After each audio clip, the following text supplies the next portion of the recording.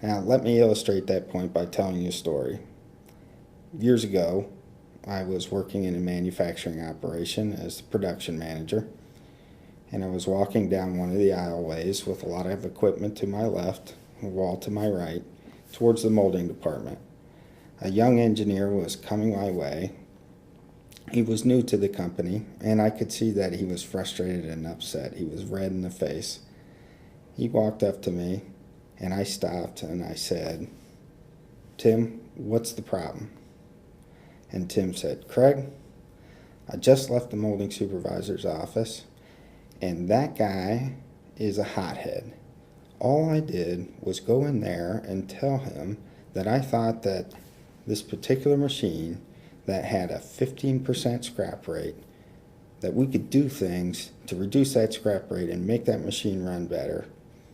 And he got upset and started yelling at me and threw me out of his office. "Craig, I can't work with that guy." So I said, "Slow down, Tim." I said, "Let's try to figure out what just happened.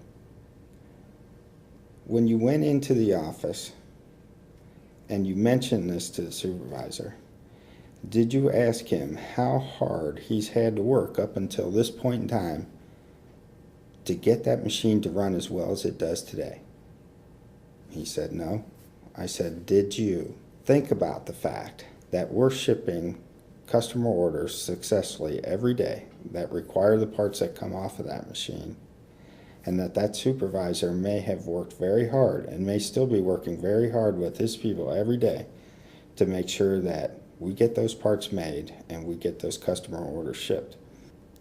And he said, "No, I didn't." And then he stood up, seemed to calm down a little bit, and he looked at me and he said, "Craig, you should not be working here." Well, I never forgot that moment, because I realized right then that maybe, just maybe, I could make a living by helping people implement change better. What he realized was that the supervisor was reacting to what he perceived to be a lack of respect for what had gone on before and for what works now. The supervisor was afraid that Tim was going to make changes that were going to make some things better and tear other things down.